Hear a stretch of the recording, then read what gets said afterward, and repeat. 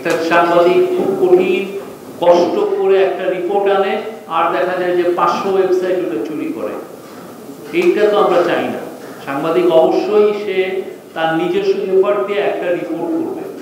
তো এই রিপোর্টটা করার জন্য যে মেহনত, যে ইথিক্যাল স্ট্যান্ডার্ড অর্জন করার যে খাটনি সে করবে, সেটাকে তো আমাদের দাম দিতে হবে। সেই দামটা হচ্ছে না। এবং এই যে ব্যাঙের ছাতার মতো ওয়েবসাইটগুলো হচ্ছে যারা কপিরাইট ইনফ্রিঞ্জমেন্ট করে, সেগুলো অ্যাকশন নিতে গেলেও দেখা যায় যে একটা গ্রুপ দাঁড়িয়ে যায় যে দেশে এই গভর্নমেন্ট ফ্রিডম অফ স্পিচে বিশ্বাস করে না। তো ভাই, ফ্রিডম অফ স্পিচ তো আপনি চুরি করার তো কোনো ফ্রিডম কেউ দেয় নাই আপনার। মানে কিছু এদের যদি দেখেন ফ্রিডম টু চুরি, ফ্রিডম টু মানে থেফট, আপনি চুরি করতে পারবেন, আপনি স্টিলিং, সেটা তো আওয়ামী লীগ করতে। তারা ওই ফ্রিডমটা এনজয় করে গেছে, 15.5 বছর চুরি জামারি করেছে। তো এই জায়গা থেকে আমরা সরে এসে ইথিক্যাল জার্নালিজমে যেতে চাই। ফ্রিডম অফ স্পিচের জায়গাটা বাংলাদেশে খুব ভালোভাবে পোক্তভাবে ইনস্টিটিউশনালাইজ করতে চাই। সেই জন্য আমাদের খুব বেসিক বেতনটা বাড়ানোটা খুবই জরুরি।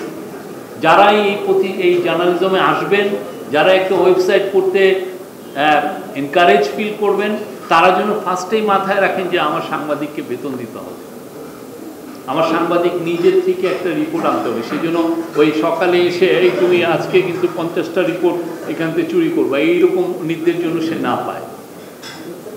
এই জায়গাগুলো ইম্পর্টেন্ট। আপনারা যারা জার্নালিজম শুরু করছেন, আপনাদের জন্য ইম্পর্টেন্ট, গভর্নমেন্টের জন্য ইম্পর্টেন্ট। গভর্নমেন্ট দেখতে চায় যে জার্নালিজমের ইথিক্যাল স্ট্যান্ডার্ডটা মেনটেন হচ্ছে। না হলে যেটা হয় যে একজন একটা ফটো কাট করলো, দেখালো যে 1000 জন ওই একই, সে মিথ্যা একটা ফটো কাট করেছে, ওই 1000 জন আবার ওইটাকেই চুরি করে মিথ্যাকে রিপ্লিকেট করছে।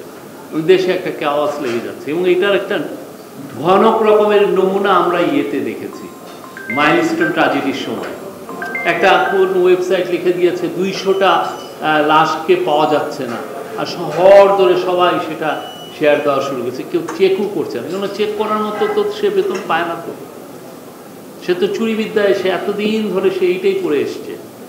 সেই জায়গার থেকে আমরা আসলে সরতে চাই। আমরা চাই বাংলাদেশে খুব ভালো জার্নালিজম হোক, freedom of speech, freedom of প্রেসের একদম পুরো পৃথিবীতে যেটা গোল্ড স্ট্যান্ডার্ড সেটা বাংলাদেশে থাকুক, কিন্তু কেউ যেন কপিরাইট, কেউ যেন থেফট না করে, ইনফ্রিঞ্জমেন্ট যাতে না হয়, এটা মানে। এবং যারা ইনভেস্ট করছেন এই ভালো জার্নালিজম, তাদের ইনভেস্টমেন্টটাকেও প্রোটেক্ট করা, এটা একটা সরকারি রেগুলেটরি বডিগুলোর একটা দায়িত্ব। সেটাও আমরা দেখতে চাই। এটা আমরা একদিনে পারবো না, বাট অনেক দিন লাগবে। বাট এই যাত্রাটা এখনই শুরু হওয়াটা দরকার এই জায়গায়। এবং এটা নিয়ে যত অ্যাওয়ারনেস তৈরি হয় সবার জন্য এটা মঙ্গল।